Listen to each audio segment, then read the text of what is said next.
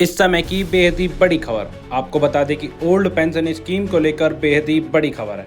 आपको बता दें कि ओल्ड पेंशन स्कीम को लेकर केंद्र सरकार ने बेहद ही बड़ा ऐलान किया है। पेंशन भोगियों के लिए बेहद ही बड़ी खबर। सुप्रीम कोर्ट का बड़ा फैसला, फिर से लागू होगी पुरानी पेंशन, जाने पूरी जानकारी।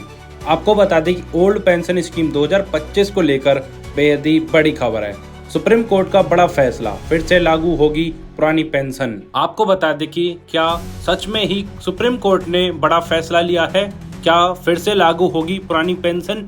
जाने पूरी जानकारी। कृपया वीडियो को अंत तक देखें जिससे आपको पूरी जानकारी मिल सके। अधिक जानकारी के लिए सब्सक्राइब करें DPL न्यूज और बेल आइकन को दबाना ना भूलें जिससे हमारी अपडेटेड वीडियो सबसे पहले आप तक पहुंचे। इस समय की बेहद ही बड़ी खबर। आपको बता दें कि सुप्रीम कोर्ट का बड़ा फैसला, फिर से लागू होगी पुरानी पेंशन। आपको बता दें कि देश भर के राष्ट्रीय कर्मचारियों के बीच पुरानी पेंशन योजना को लेकर लंबे समय से चर्चा चल रही है। सोशल मीडिया पर समय समय पर यह दावे वायरल होते रहते हैं कि केंद्र सरकार ने ओल्ड पेंशन स्कीम को फिर से लागू करने का फैसला ले लिया है या सुप्रीम कोर्ट ने इस संबंध में कोई बड़ा आदेश दिया है। हालांकि इन दावों की वास्तविकता को समझना बेहद जरूरी है क्योंकि गलत सूचना से कर्मचारियों में भ्रम की स्थिति बनी रहती है। यह वीडियो पुरानी पेंशन योजना की वर्तमान स्थिति, सरकार के रुख और कर्मचारियों के लिए उपलब्ध विकल्पों पर प्रकाश डालेगी। पूरी जानकारी के लिए कृपया वीडियो को अंत तक देखें। आपको बता दें कि पुरानी पेंशन योजना क्या थी। पुरानी पेंशन योजना वह व्यवस्था थी जो 2004 से पहले सभी सरकारी कर्मचारियों पर लागू होती थी।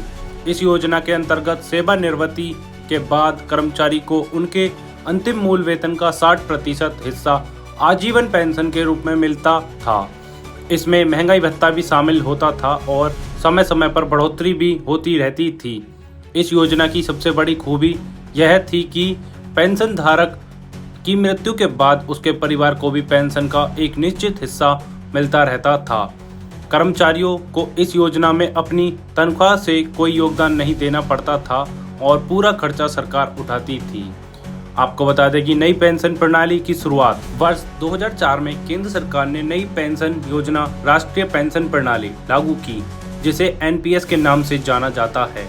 इस प्रणाली में कर्मचारियों को अपनी सैलरी का एक हिस्सा पेंशन फंड में जमा करना होता है और सरकार भी योगदान देती है। यह राशि शेयर बाजार और अन्य वित्तीय साधनों में निवेश की जाती है। सेवानिवृत्ति के समय मिलने वाली पेंशन बाजार के प्रदर्शन पर निर्भर करती है, इसलिए इसमें निश्चितता नहीं होती। कर्मचारियों को यह व्यवस्था पसंद नहीं आई क्योंकि उन्हें लगा कि उनकी भविष्य की सुरक्षा अनिश्चित हो गई है।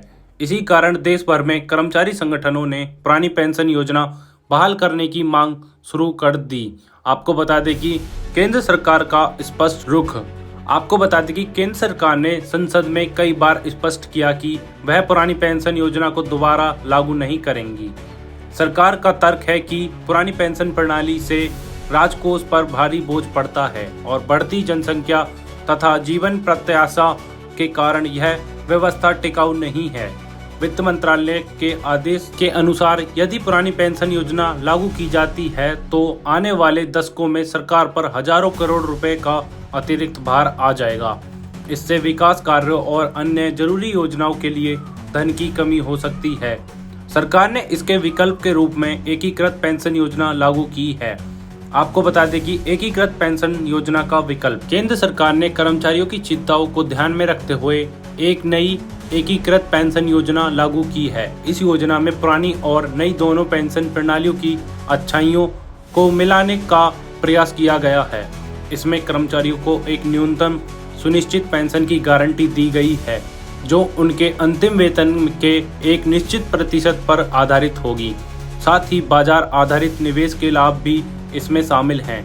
सरकार का दावा है कि यह व्यवस्था कर्मचारियों को सुरक्षा और वृद्धि दोनों का अवसर प्रदान करती है। हालांकि अधिकांश कर्मचारी अभी भी पुरानी पेंशन योजना की पूर्ण बहाली की मांग पर अड़े हुए हैं। आपको बता दें कि राज्य सरकारों के अलग फैसले। केंद्र सरकार के विपरीत कुछ राज्य सरकारों ने अपने कर्मचारियों के दबाव में आकर पुरानी पेंशन योजना को फिर से लागू करने का निर्णय लिया है। राजस्थान, छत्तीसगढ़, हिमाचल प्रदेश, पंजाब और झारखंड जैसे राज्यों में ओल्ड पेंशन स्कीम बहाल कर दी गई है। इन राज्यों में कर्मचारियों को राहत मिली है और उन्हें भविष्य की सुरक्षा का भरोसा मिला है। हालांकि इससे नई एक समस्या पैदा हुई है कि देश में केंद्रीय कर्मचारियों और कुछ राज्यों के कर्मचारियों के बीच असमानता हो गई है। केंद्रीय कर्मचारी इस भेदभाव को लेकर नाराज हैं और उनकी मांग है कि उन्हें भी समान सुविधा दी जाए। आपको बता दें कि सोशल मीडिया पर फैलती अफवाहों के बारे में आपको बता दें कि पिछले कुछ समय से सोशल मीडिया पर यह दावे तेजी से वायरल हो रहे हैं कि केंद्र सरकार या सुप्रीम कोर्ट ने पुरानी पेंशन योजना बहाल करने का आदेश दे दिया है। कई बार यह भी कहा जाता है कि 2026 तक सभी कर्मचारियों को ओल्ड पेंशन स्कीम का लाभ मिलने लगेगा। हालांकि ये सभी दावे पूरी तरह से निराधार और गलत हैं। सरकार ने किसी भी प्रकार की ऐसी अधिसूचना जारी नहीं की है। सुप्रीम कोर्ट ने भी सरकार को पुरानी पेंशन योजना लागू करने का कोई सीधा आदेश नहीं दिया है। ये अफवाहें कर्मचारियों के बीच गलत उम्मीदें पैदा करती हैं और जब सच्चाई सामने आती है तो निराशा और हताशा बढ़ती है। आपको बता दें कि कर्मचारियों को क्या करना चाहिए। सरकारी कर्मचारियों को सलाह दी जाती है कि वे सोशल मीडिया पर फैलने वाली अफवाहों पर विश्वास न करें।